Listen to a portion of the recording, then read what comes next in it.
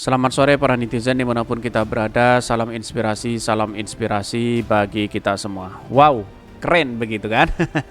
Kenapa keren? Ada apa begitu kan? Ini bisa bikin menang Pilpres 2024, Prabowo sudah ngelamar Hovifah jadi cawapres. Lantas bagaimana dengan Anies Baswedan? Itu menjadi pertanyaan hari ini begitu. Hovifah juga bingung mau milih Anies Baswedan atau Pak Prabowo.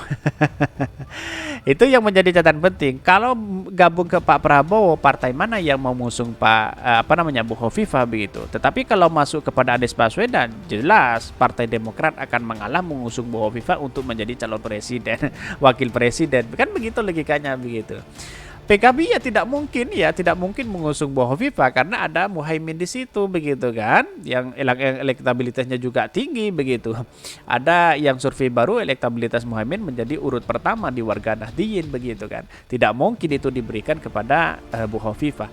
Tetapi mari kita baca terlebih dahulu komentar-komentar netizen seperti ini. Ini komentar netizen, bisa bikin menang Pilpres 2024, Prabowo sudah ngelamar Hovifah jadi cawapres.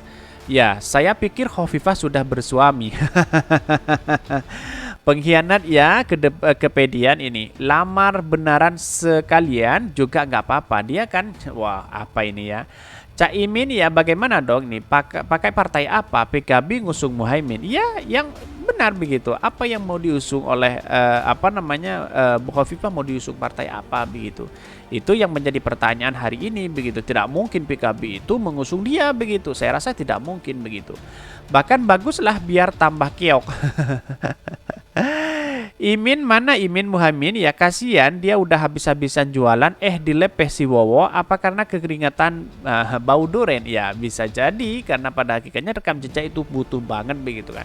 Rekam jejak itu sangat diperlukan oleh bangsa kita, oleh masyarakat kita begitu. Muhaimin ya sampai hari ini ya muncul spekulasi bahwa tidak akur dengan putra dari Gus Dur begitu kan. Tetapi perlu diingat demokrasi kita sebenarnya dibangun bersama-sama begitu. Bahkan ya kalau Pak Prabowo gagal, ini akan menggagal 4 kalinya. Nggak tahu kalau 5 kalinya, bisa jadi seperti itu begitu. Ya bisa jadi ya Bu Hovifah itu menjadi wakilnya Anies Baswedan. Bisa jadi seperti itu. Tapi saya rasa dengan Pak Prabowo juga tidak mungkin begitu. Karena apa? Karena pasti ya kalau PKB ya ingin menyerah ya, ingin dukungan ini diberikan kepada Bu Hovifah, ya saya rasa tidak mungkin karena Muhaimin ya elektabilitasnya dengan adanya survei itu juga tinggi begitu. Tetapi kalau Bu Hovifah dikaitkan atau diduetkan dengan Anies Baswedan, itu elektabilitasnya sangat tinggi begitu. Ini menunjukkan bahwa apa? Menunjukkan bahwa warga Nahdliyin yang dilakukan. Tetapi ada tokoh-tokoh warga Nahdliyin yang tidak menginginkan Bu Hovifah menjadi wakil presiden karena apa? Lebih baik fokus di Jawa Timur, katanya seperti itu begitu. Tetapi inilah politik, ini kesempatan emas kepada Bu Hovifah ketika mau dilamar, maksudnya mau diduetkan dengan Anies Baswedan, ya ini cukup menarik begitu kan. Diterima aja begitu. Kemungkinan besar 90% ya bisa jadi begitu kan. Tetapi kalau dengan Pak Prabowo lah lantas mau berlayar pakai partai apa begitu, karena Bu Hovifah tidak punya partai kecuali PKB begitu. Sedangkan PKB ada ketua umum ya Muhaimin di situ begitu. Itu kan sangat, saya rasa tidak mungkin begitu. Kecuali memang dia masuk ke partai Golkar, terus ke KIB atau Koalisi Perubahan. Dua-duanya itu sangat memungkinkan begitu. Tetapi mari kita baca terlebih dahulu ya beritanya seperti ini. Ini beritanya, bisa bikin menang Pilpres 2024, Prabowo sudah ngelamar Hovifah jadi cawapres. Ini ya Gubernur Jawa Timur Hovifah Indra Parawansa dinilai jauh lebih layak jadi cawapres Prabowo Subianto.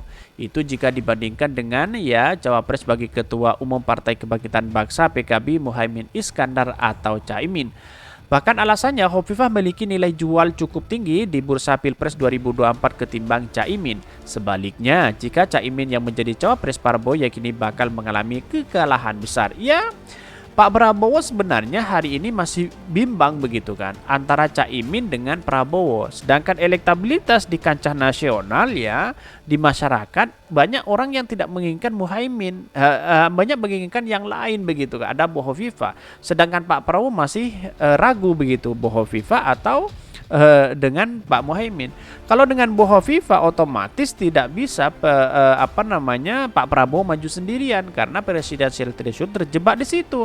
Ya otomatis dengan Muhaimin, kecuali memang legowo Muhaimin begitu kan, bisa jadi seperti itu begitu. Karena inilah politik kita begitu kan. Ada yang ada menang dan ada yang tidak begitu. Tapi perlu diingat bisa diperhitungkan juga si Bu Hovifah ketika menjadi duet Prabowo itu akan menjadi kekuatan besar begitu. Dan bahkan sebaliknya, jika Caimin jadi cawapres, Prabowo diyakini bakal mengalami kekalahan besar. Demikian disampaikan pengamat politik Jamiluddin Ritongo kepada Pojok 1. Bahkan ya memang pilihan sulit bagi Prabowo, pilih Caimin tapi belum peluang kalah terbuka. Tapi gandeng Hovifah misalnya nilai jualnya besar. Dosen Universitas Esa unggulan itu beranggapan jika Prabowo menggandeng Caimin peluang kalah sangat terbuka lebar. Begitu juga sebaliknya apabila Menteri Pertahanan Menhan itu menggandeng Hovifah sebagai cawapres, besar kemungkinan Hovifah bisa mengimbangi kemenangan Prabowo. Peluang kalahnya sangat besar kalau Prabowo ya rekrut Caimin jadi cawapres. Tapi Hovifah nilai jual tinggi punya pengaruh di Jawa Timur. Dengan berbagai pertimbangan itulah Jamiluddin meyakini Prabowo akan memilih berpasangan dengan Hovifah. Apalagi nada-nada tersebut terlihat dalam pertemuan antara Prabowo dan Hovifah beberapa hari lalu. Bahkan menurutnya ya hal tersebut ya menandakan Prabowo membuka peluang untuk Hovifah. Apalagi pertemuan tersebut berjalan dengan tertutup. Ini politik bisa ditebak kemana arahnya. Kalau saya melihat Prabowo melihat kesiapan Hovifah untuk menjadi cawapresnya pada Pilpres 2024. Ya bisa jadi seperti itu begitu. Tetapi kalau dengan Caimin saya rasa perkembangan ini sangat jauh begitu kan.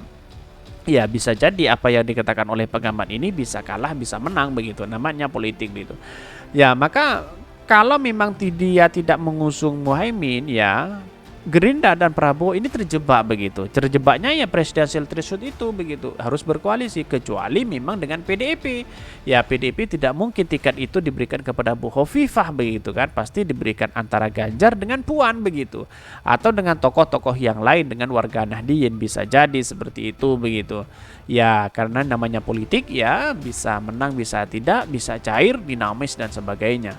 Tetapi perlu diingat bahwa masyarakat menginginkan ya Anies Baswedan dengan Bu Hovifah begitu. Ini menjadi duet terkuat begitu. Tapi apalah daya, ini Bu Hovifah menjadi rebutan menjadi calon wakil presiden itu sendiri. Tetapi langkah ini langkah yang baik sebenarnya kalau Pak Prabowo ingin berduet dengan dengan Bu Hovifah. Ya sebenarnya lobby-lobby politik lebih baik, lebih cerdas begitu kan.